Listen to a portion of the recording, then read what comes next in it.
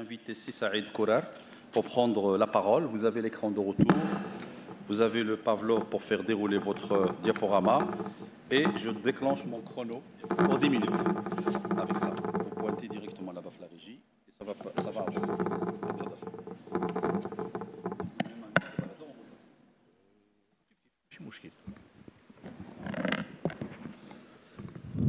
Salam alaikum. Bonjour tout le monde. Je vais essayer de maximum pour se tenir aux 10 minutes. Donc je me représente, Saïd Kourar, je suis de l'Amran. Nous sommes venus en binôme, puisqu'il y a le côté opérationnel qu'on va partager avec vous, mais de mon côté, je vais un peu essayer de partager avec vous le vécu de l'Amran, l'entreprise publique ou l'aménageur public que nous sommes, en relation avec ces questions de durabilité dans le secteur d'aménagement et de construction. C'est un vécu qu'on va mettre aussi en discussion, si vous le voulez bien, un vécu un peu récent, puisque ça remonte un peu à une petite dizaine d'années où on a commencé un peu à travailler, à toucher ces questions de durabilité au niveau du secteur d'aménagement et de construction. Et c'est un engagement sur ces questions de durabilité qui avait deux déclencheurs essentiels et qui sont le fait que nous sommes un aménageur public, nous sommes tenus à des objectifs et des exigences publiques en matière de durabilité. Le deuxième déclencheur, c'était le challenge ou le besoin de se mettre à niveau, de monter aux compétences par rapport aux exigences de nos partenaires financiers, notamment les bailleurs de fonds internationaux, qui avaient, par rapport, dans le cadre de négociation de contrats de financement, des exigences en relation avec la durabilité. Donc, c'est les deux déclencheurs qui nous ont guidés un peu pour tracer le chemin du groupe L'Amran en matière de durabilité depuis les années 2010, 2011, 2012. Donc, je vais essayer de faire rapide. Il y en a une partie qui concerne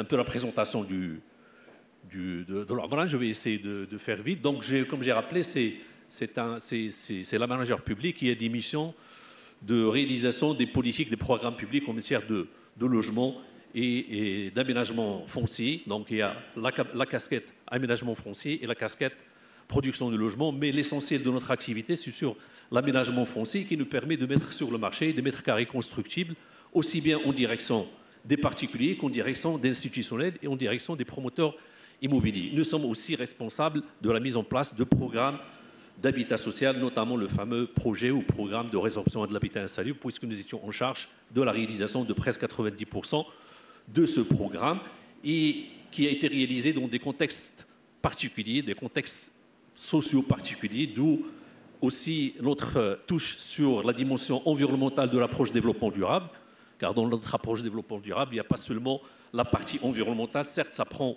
une place importante, mais il y a aussi la dimension sociale qu'on rencontre souvent au niveau des opérations sociales, que ce soit programme VSP, habitat menaçant en ruine, tissu ancien, mise à niveau urbain. Là, c'est essentiellement la dimension sociale et économique à laquelle nous sommes confrontés. Donc, notre métier, il est organisé autour de 4 lignes métiers: l'aménagement foncier, le développement territorial, tout ce qui est traitement de l'habitat insalubre et traitement de l'habitat menaçant ruine. Donc, une entreprise publique qui a un ancrage territorial développé, puisque nous sommes présents à travers 56 agences régionales, 10 filiales, une holding et 10 filiales, un chiffre d'affaires moyen de 5 milliards de dirhams annuels et presque 43 années d'expertise ou d'expérience, puisque nous sommes le résultat du fusion des opérateurs d'habitat, ERAC, ANI, SNEC et Tacharok. Merci pour le rappel. Donc, parmi les grands projets qu'on porte toujours, c'est 4 villes nouvelles. Je rappelle bien, c'est un programme public, puisque les villes nouvelles sont un programme public qui ont été confiés, en grande partie confiés à l'aménageur public. Donc, nous sommes sur 4 villes nouvelles: Shrafat, Temsna, Tamsort et l'Khiaïta, et presque une trentaine, voire une quarantaine de pôles urbains.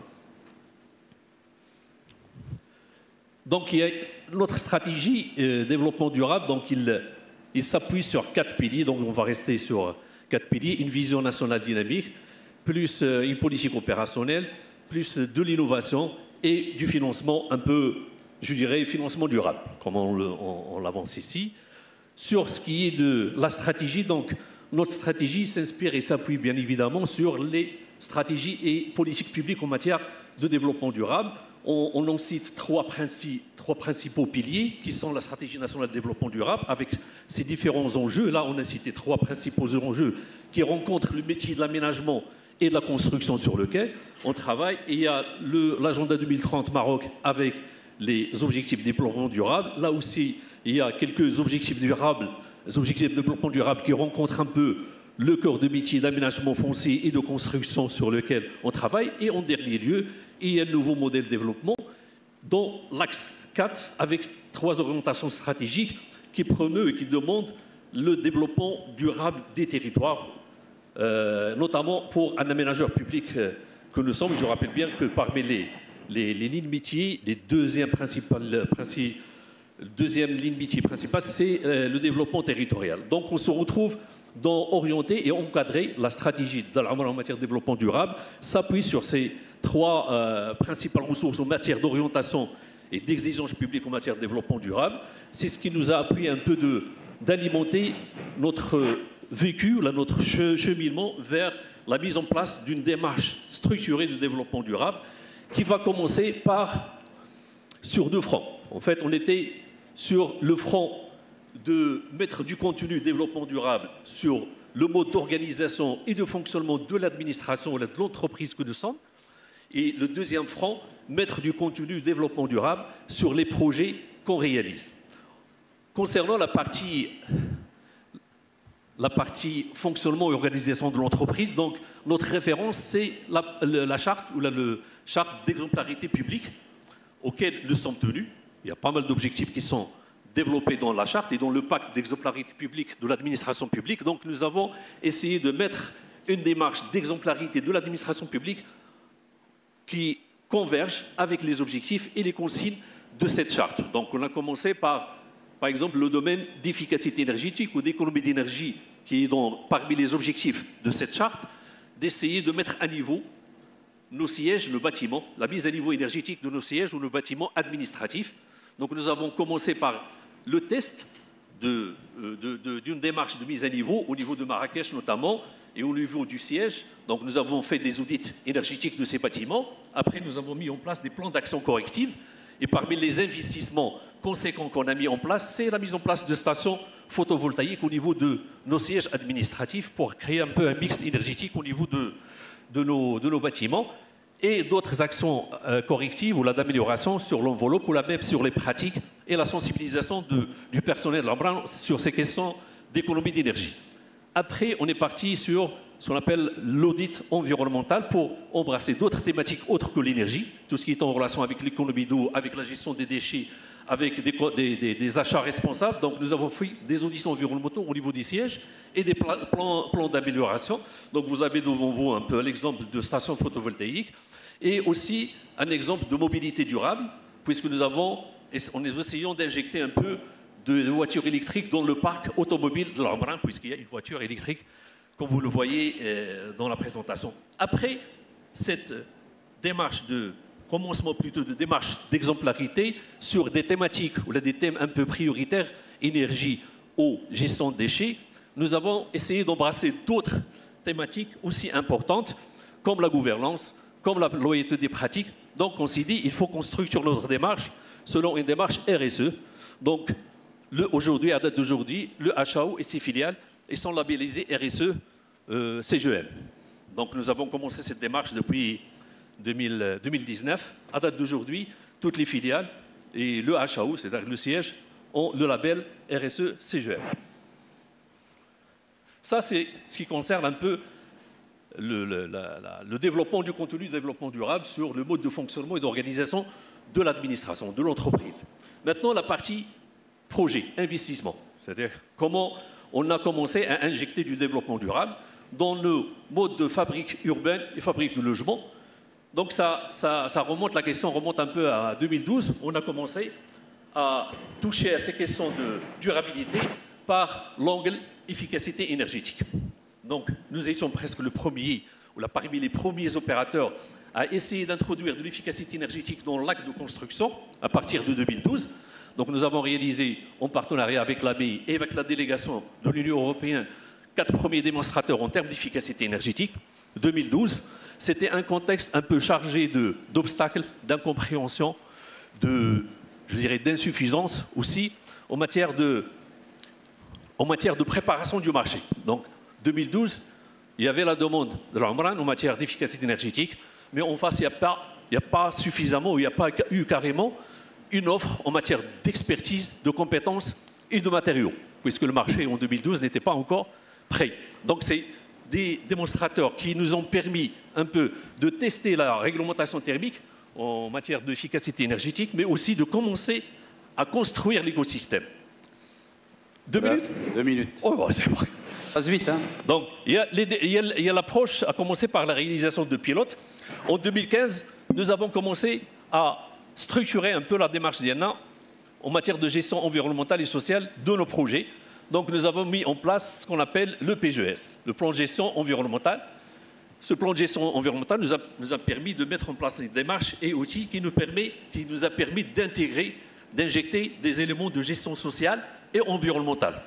Il y a 6 thèmes qui structurent ce plan de gestion environnementale et sociale: la gestion, l'évaluation environnementale, les conditions de travail, il y a le déplacement des populations aussi, il y a les conditions de santé et sécurité sur les chantiers, il y a la gestion des nuisances au niveau des chantiers, il y a le patrimoine, protection du patrimoine. Donc il y a un plan de démarche de durabilité qui a commencé à prendre forme en commencement par le PGES. Mais cela ne nous a pas empêché de partir encore sur de la généralisation et du démonstratif. Donc l'étape suivante, c'était d'améliorer, de faire un travail de révision de nos contrats et de nos cahiers de CPS pour injecter les premières exigences en matière de durabilité, aussi bien en direction des entreprises fournisseurs travaux, qu'en direction de fournisseurs de maîtrise d'œuvre, conception ou exécution. L'étape suivante, c'était la réalisation d'un deuxième pilote, le projet dont on va parler, c'est CELI, un projet type HQE. Donc nous avons un peu augmenté le contenu développement durable dans l'acte de construction. Pour ne pas tarder, 2020, nous avons aussi réfléchi et créé une ouverture, c'est un autre domaine. On s'est dit pourquoi ne pas activer le levier recherche-développement au service de la durabilité dans l'acte de construction et d'aménagement. Donc nous avons passé pas mal de contrats de partenariat avec des centres de recherche, notamment le CNRST, l'IRISEN et Masser, pour travailler sur de nouveaux modes constructifs, solutions constructives, nouveaux matériaux durables. Donc c'est des projets qui s'inscrivent dans du moyen et du long terme pour pouvoir sortir de nouveaux matériaux qui répondent à des exigences de durabilité, notamment en termes d'efficacité ou de performance thermique. Dernière étape, nous avons capitalisé sur... Dernière étape. Allez-y, dernière slide aussi. D'accord. Dernière étape, c'est la structuration finale en capitalisation sur ce processus d'opération pilote et de démonstration. C'est la structuration de la démarche dans le cadre de 2 référentiels développement durable. Référentiel aménagement durable et référentiel construction durable. Dans ces 2 référentiels, nous allons mettre notre vision, notre approche au développement durable par rapport aux 2 métiers, nos exigences et les niveaux de performance qu'on va exiger à nos partenaires dans les actes d'aménagement et de construction. Il y a déjà le référentiel aménagement durable qui est produit, le référentiel construction durable qui est aussi en construction. Donc, on a commencé par du démonstratif, on arrive à une phase charnière qui est la phase de structuration de la démarche du développement durable par le développement de ces 2 types de référentiels. Donc je ne vais pas les 2 dernières slides, ça parle de l'innovation. Donc il y a un fonds de 5 millions de dirhams qui a été mis en place pour promouvoir l'innovation et qui est toujours en travail. Et deuxième slide, c'est le financement durable, puisque nous avons déjà réalisé une sortie sur le marché de financement par l'épargne publique. Donc nous avons levé 1 milliard de dirhams pour le financement de nos opérations, ce qu'on appelle les green bonds. Parfait. Merci beaucoup.